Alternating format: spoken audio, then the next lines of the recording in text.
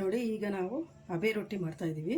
Abe ರೊಟ್ಟಿಗೆ ಬೇಕಾಗಿರೋದು 1 bowl ಗೋಧಿ ಹಿಟ್ಟು, 1 ಬೌಲು ಈರುಳ್ಳಿ, ಕೊತ್ತಂಬರಿ, ಸ್ವಲ್ಪ ಎಣ್ಣೆ, ರುಚಿಗೆ ತಕ್ಕಷ್ಟು ಉಪ್ಪು ಮತ್ತು ಹಸಿಮೆಣಸಿನ್ಕಾಯಿ ಒಂದು 5-6 ಹಚ್ಕೊಂಡಿದ್ದೀನಿ. ಇದನ್ನೆಲ್ಲ ನಾವು ನೀರು ಹಾಕಿ ರೊಟ್ಟಿ ಅದಕ್ಕೆ ಕಲಿಸ್ಕೊಳ್ಳೋಣ.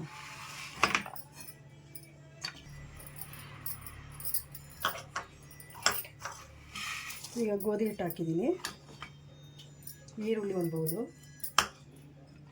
ಕೊತ್ತಂಬರಿ, ಹಸಿಮೆಣಸಿನ್ಕಾಯಿ ಮತ್ತು ರುಚಿಗೆ ತಕ್ಕಷ್ಟು ಉಪ್ಪು, ಇದನ್ನೆಲ್ಲ ನಾವು ನೀರು ಹಾಕಿ ರೊಟ್ಟಿ ಅದಕ್ಕೆ ಇವಾಗ ಕಲಿಸ್ಕೊಳ್ತೀನಿ. ಇವಾಗ ಇದಕ್ಕೆ ನೀರು ಹಾಕಿ ನಾನು ರೊಟ್ಟಿ ತಟ್ಟಕ್ಕೆ ನಮಗೆ ಯಾವ ಅದಕ್ಕೆ ಬೇಕೋ ಆ ಅದಕ್ಕೆ ಕಲಿಸ್ಕೋಬೇಕು.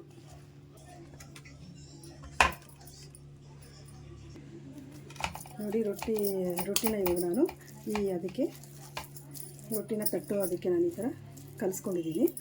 ಈಗ ನಾವು ಒಂದು ಪಾನ್ಗೆ ನೋಡಿ ಈ ಥರ ಹಿಂಗೆ ಎಣ್ಣೆ ಹಾಕ್ಕೊಳ್ಳೋಣ. ಸುತ್ತ ಎಣ್ಣೆ ಹಾಕಿದ್ದೀನಿ. ಈ ಥರ ಸವರ್ಕೊಂಡು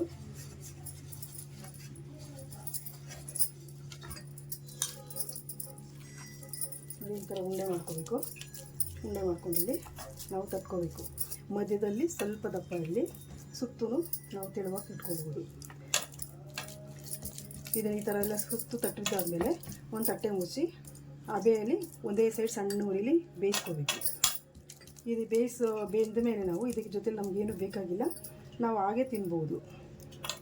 ಬೇಕು ಅಂದರೆ ಉಪ್ಪಿನಕಾಯಿ ಅಥವಾ ಸಾಂಬಾರಲ್ಲಿ ತಿನ್ಬೋದು.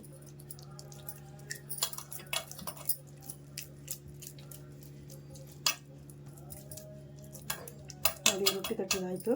ಇದನ್ನು ಒಲೆ ಮೇಲೆ ಇಟ್ಟೀಗ ಬೇಯಿಸ್ಕೊಳ್ಳೋಣ. ನೋಡಿ, ಈಗ ರೊಟ್ಟಿ ತಟ್ಟಿ ಒಲೆ ಮೇಲೆ ಇಟ್ಟಿದ್ದೀನಿ. ಎಣ್ಣೆ ಸ್ವಲ್ಪ ಸುತ್ತು ಎಣ್ಣೆ ಹಾಕ್ಬಿಟ್ಟು ಇದನ್ನು ಈಗ ನಾವು ಸಣ್ಣ ಉರಿಲಿ ಅಬೆಲೆ ಬೇಯಿಸ್ಕೋಬೇಕು. ನೋಡಿ, ಈಗ ಅಬೆ ರೊಟ್ಟಿ ಬೆಂದಿದೆ. ನಾವು ಈ ಥರ ಹಿಂಗೆ ಪ್ರೆಸ್ ಮಾಡಿದಾಗ ಇದು ಗಟ್ಟಿ ಇರುತ್ತೆ, ಆವಾಗ ರೊಟ್ಟಿ ಬೆಂದಿದೆ ಅಂತ ಅರ್ಥ. ನಾವೀಗ ಇದನ್ನು ತೆಗಿಯೋಣ. ನೋಡಿ, ಒಂದು ಸೇಡೆ ತೊಗೊಂಡು ನೋಡಿ ಈ ಥರ ಹಿಂಗೆ ತೆಗೆದಾಗ ಕ್ಲೀನಾಗಿ ಬರುತ್ತದು. ನಿಮಗೆ ಸ್ವಲ್ಪ ರೋಸ್ಟಾಗಿ ಬೇಕು ಅಂದರೆ ರೋಸ್ಟಾಗಿ ಬೇಯಿಸ್ಕೋಬೋದು. ರೋಸ್ಟಾಗಿ ಬೇಯಿಸ್ಕೊಂಡ್ರೆ ಇದು ಒಂದೇ ಸೈಡು ಹೀಗೆ ತಿನ್ಬೋದು. ನಿಮಗೆ ಇಷ್ಟ ಆಗಿಲ್ಲ ಅಂದರೆ ನೋಡಿ ಈ ಥರ ಇದನ್ನು ಉಲ್ಟಾ ಮಾಡಿಕೊಂಡು ಬೇಯಿಸ್ಕೋಬೋದು.